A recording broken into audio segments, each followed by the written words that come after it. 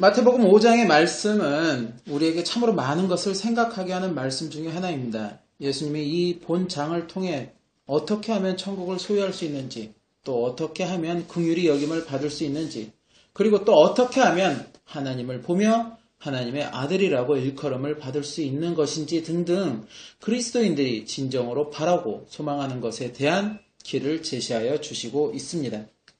우리는 보통 이 말씀을 산상수훈이라고 이야기하고 있는데, 이것은 산 위에서 제자들과 모인 군중들을 향해 아주 중요한 8가지 복에 관해 말씀하셨다는 것에서 유래하고 있습니다. 산상수훈에 관한 8가지 복에 대한 말씀은 하나님을 또 예수 그리스도를 믿는 사람들에게 있어서는 아주 중요한 말씀이 되는 것입니다. 왜냐하면 그리스도인의 제일 큰 소망이 바로 하나님의 자녀가 되는 것이고 천국 백성이 되는 영원 구원의 소망이 있기 때문입니다. 8가지의 복은 하나님의 독생자 예수 그리스도가 직접적으로 이렇게 하면 이러이러한 복을 너희들이 받게 될 것이라고 말씀하시고 있는 것이고, 이 8가지의 복이 바로 세상에서 잘 먹고 잘 사는 복이 아니라 바로 우리가 그토록 바라는 영생에 관한 복이 되는 것이고 하나님 나라에서 복받는 길이 되는 것이기 때문입니다.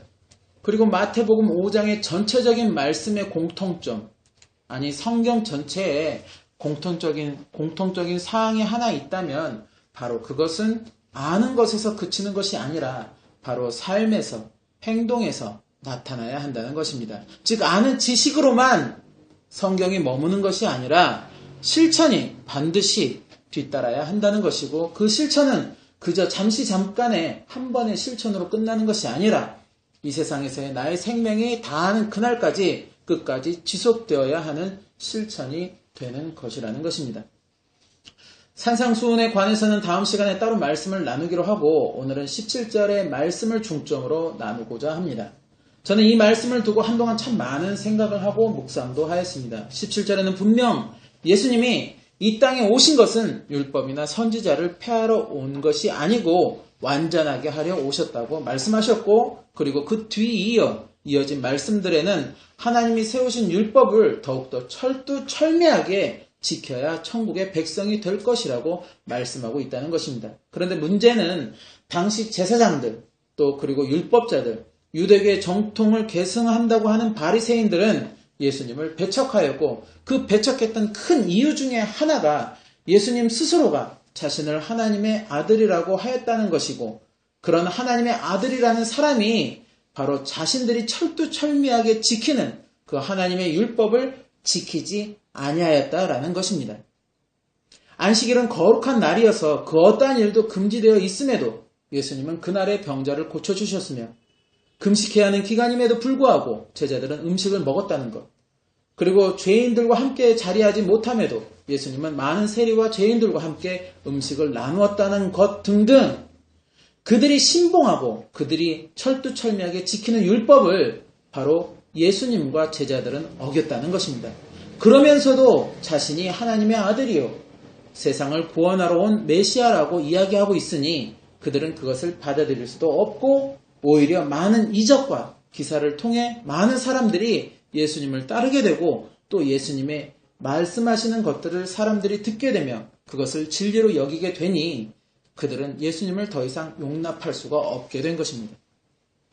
그런데 그런 예수님이 오늘 본문의 말씀처럼 자신은 율법을 폐하러 온 것이 아니라 오히려 완전하게 하려 함이고, 더불어 하나님을 믿는 우리의 즉 그리스도인이 지켜야 하는 바른 도리가 율법을 가르치고 주관하던 서기관들, 그리고 유대교 정통을 주장하는 바리새인들보다도 더 낫지 못하면 결단코 천국에 들어가지 못한다고 아주 단호하게 말씀하고 계시다는 것입니다. 그리고 더불어 천지가 있는 동안에는 율법의 1.1핵이라도 반드시 없어지지 아니하고 다 이루어질 것이라고 말씀하고 있습니다. 즉, 이 세상이 존재하는 동안에는 하나님의 율법은 그 하나도 없어지거나 하지 않고 다 지켜져야 한다는 말씀입니다.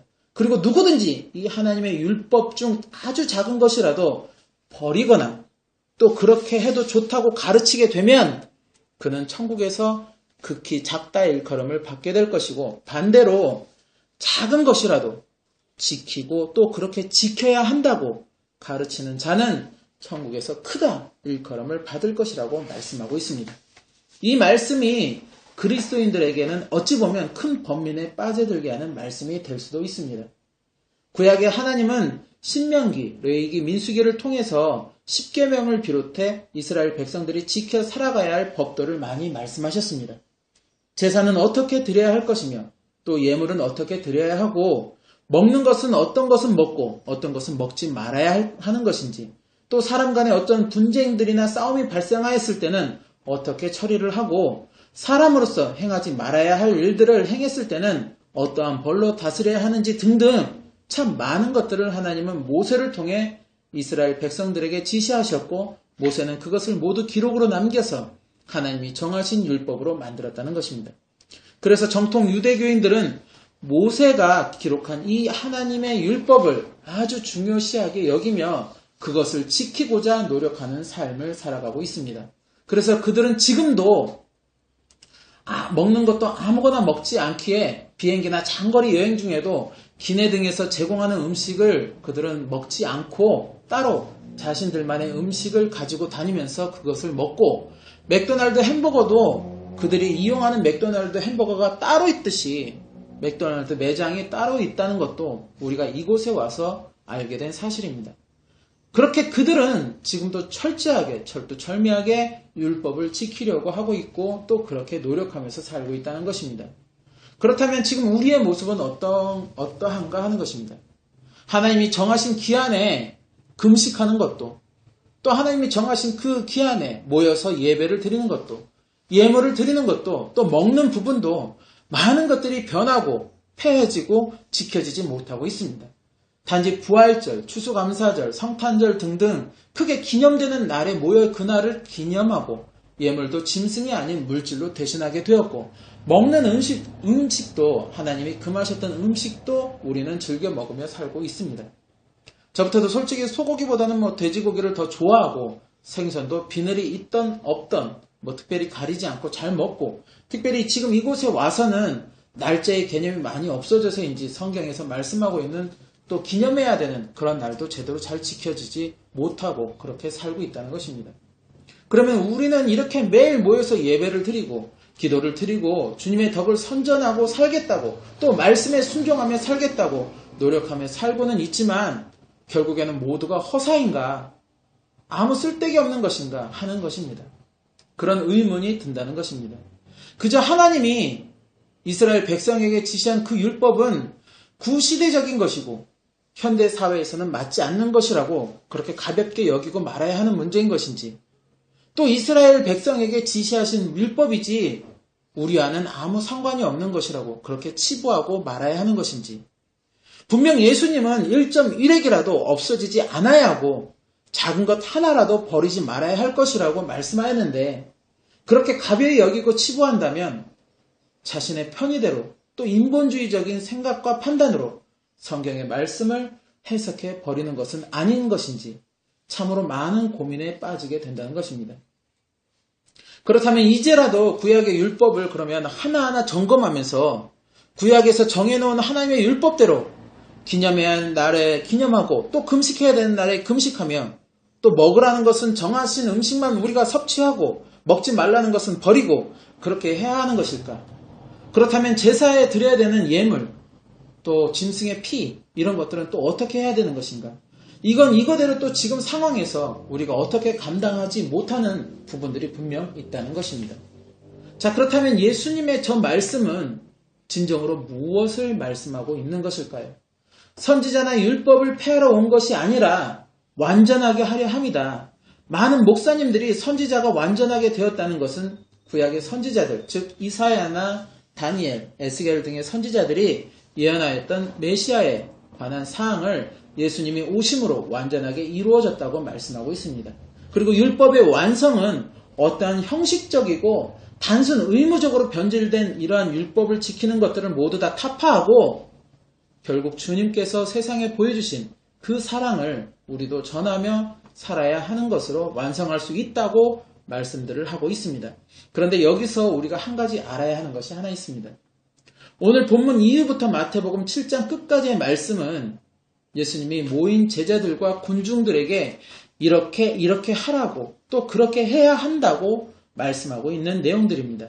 즉 마치 하나님이 이스라엘 백성들에게 이러저러한 것들을 지시하였던 것처럼 또 그것을 지켜 살아야 할 것을 말씀하였던 것처럼 예수님은 그 자리에 모인 제자들과 군중들에게 지켜야 할 것들, 조심해야 할 것들 등등을 말씀하여 주시고 있다는 것입니다.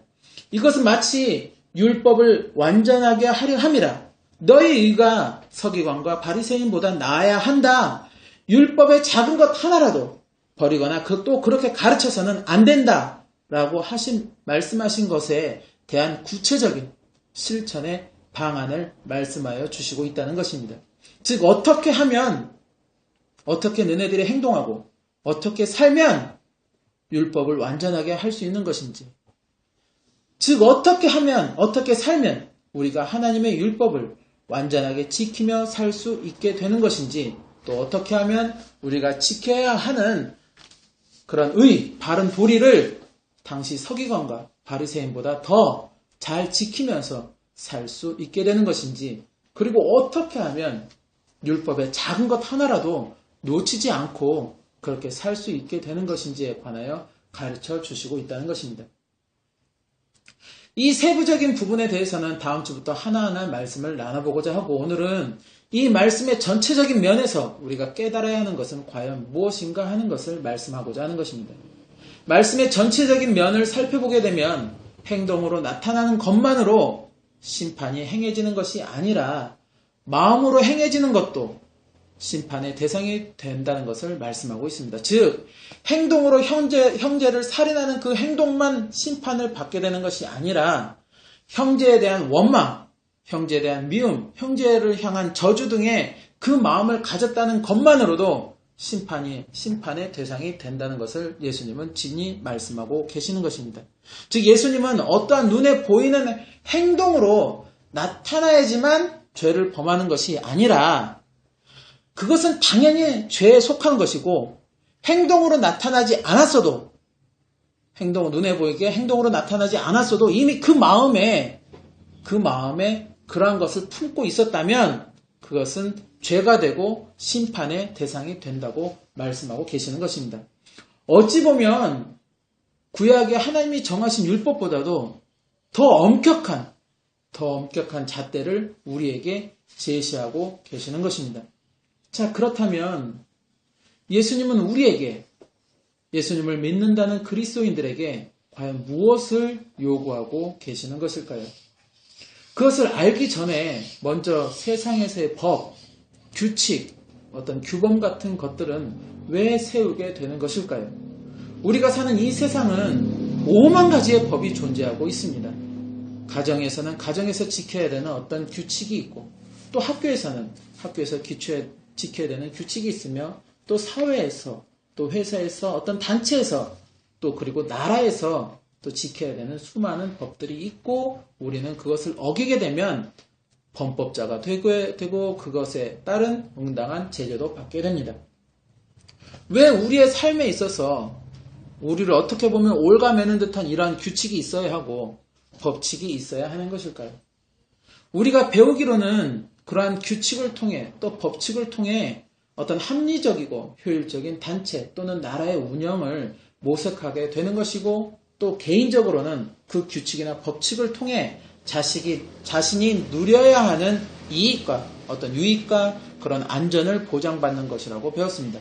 그리고 그 법과 제도, 규칙은 세상이 변하고 상황이 변함에 따라 수시로 추가되고 변하며 사람들의 생활 속에 계속적으로 적용이 되고, 수많은 사람들이 그 규범 안에서 내가 속한 단체와 나라의 질서를 유지하기 위해 자신이 하고 싶은 사항을 일부는 억제하면서 살아가게 된다는 것입니다. 어찌 보면 법과 규칙, 이런 규범들은 단순히 단체를 위해 그 속에 속한 이들을 규제하고 얽매이기 위한 것으로 보일 수 있는데, 그러나 결국 법과 규칙은 그 속에 속한 이들과 이들의 유익과 안전을 제공하기 위한 최선의 방책이 된다는 것입니다. 물론 공산주의자처럼 잘못된 법은 다수의 유익과 안전을 도모하는 것이 아니라 오히려 그들을 이용하여서 일부분의 유익과 안전을 도모하는 경우도 있습니다. 그러나 법과 규칙의 본래 그 세워지는 목적은 합리적인 단체의 운영과 질서 유지, 그리고 그 안에 있는 어느 특정의 사람이 아닌 모든 구성원들의 그런 자신들이 누려야 되는 유익과 안전을 보장받고 제공하는 것을 목적으로 하고 있다는 것입니다. 법 없이도 사는 사람이라는 말들을 이따금씩 하기도 하고 듣기도 합니다. 그것은 선하게 사는 사람들을 향해 하는 이야기인 것입니다.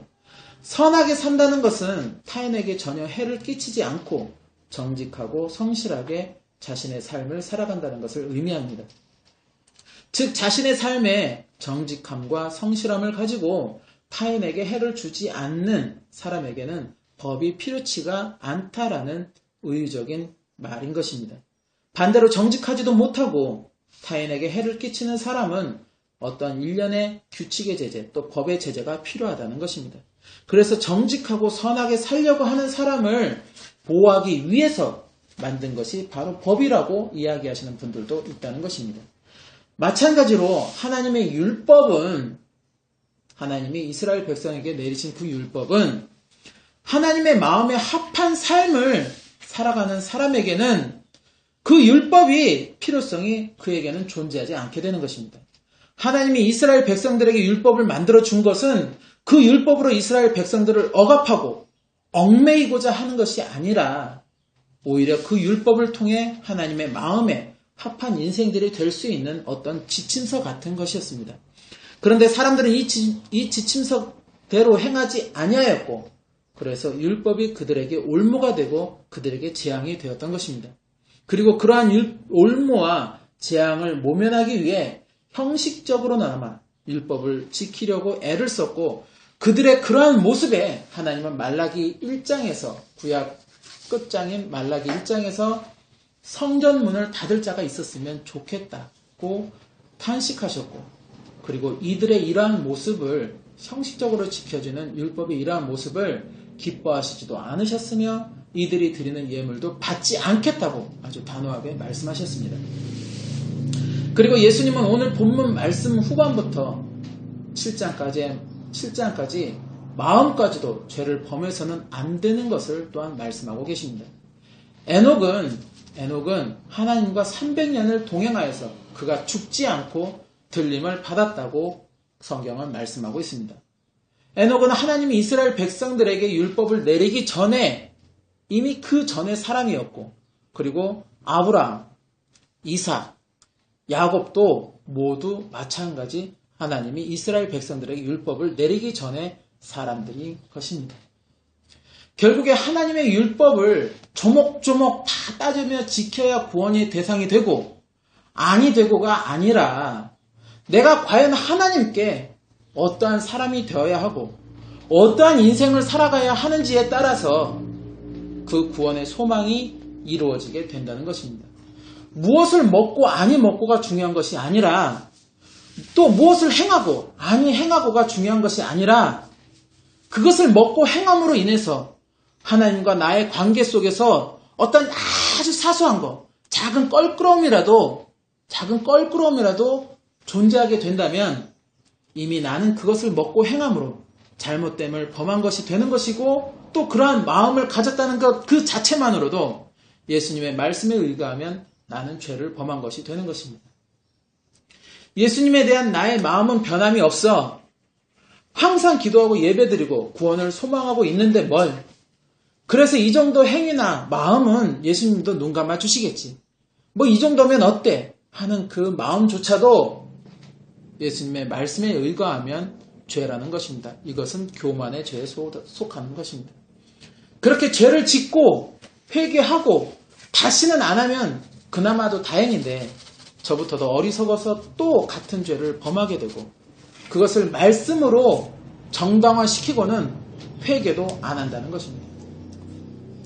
율법을 완전하게 하는 것, 우리의 의가 서기관보다 또 바리새인보다 나을 수 있게 되는 것, 율법의 작은 것 하나라도 소홀히 하지 않는 것, 결국 이 모든 것은 내가 주님께 어떠한 사람이 되어야 하는가 하는 깊은 다짐과 함께 말씀으로 나를 절제하며 말씀을 실천하며 그리스도의 덕을 선전하며 그리스도의 사랑을 나누는 주님께서 기뻐하시고 찾으시는 그러한 나의 모습과 나의 삶이 되는 것이 바로 율법을 완전하게 하는 것이고 우리의 바른 도리를 행하는 것이 되는 것입니다. 즉, 내 보기에 내 좋은 인생대로 사는 것이 아니라 하나님 보시기에 또 예수님 보시기에 예수님이 원하시고 예수님이 기뻐하시는 그런 생각과 말과 행동과 그런 삶을 살면 나의 삶을 통해서 율법이 완성이 되는 것이고 또 나의 의가 그런 서기관과 바리새인의 의보다 더 나은 의가 되는 것이고 예수님이 말씀하시는 그 율법의 작은 것 하나도 소홀히 여기지 않게 되는 것입니다. 이 말은 우리에게 많은 절제의 삶을 요구하고 있습니다. 나의 유익을 구하지 않는 것, 타인을 긍휼히 여기고 또 내 몸같이 사랑하는 것. 그러나 덮어놓고 긍휼히 여기고 덮어놓고 사랑하는 것이 아니라 말씀 안에서 긍휼히 여길 자를 긍휼히 여기고 또 사랑을 나눠야 될 자를 사랑을 하는 것. 작은 것 하나라도 주님께서 원하는 것은 하고 원하지 않는 것은 결코 하지 않는 것. 이 모두가 나의 절제에서 비롯되어야 하고 끊임없는 주님과의 교통 속에서 이루어져야 한다는 것입니다. 그래서 우리는 더욱더 기도에 힘써야 하고 더욱더 말씀에 집중해야 하는 것입니다. 올 한 해 우리는 더욱더 말씀의 본질에 집중하면서 깨달음 그대로 실천으로 옮기는 우리의 삶이 되시기를 우리는 진정으로 소망하고 있습니다. 이제부터라도 우리의 의가 서기관과 바리새인보다 더 나을 수 있는 삶이 되고 율법의 작은 것도 온전히 지키며 예수님이 원하시는 또 예수님이 기뻐하시는 그러한 복된 인생으로서의 여정이 되시기를 예수님의 이름으로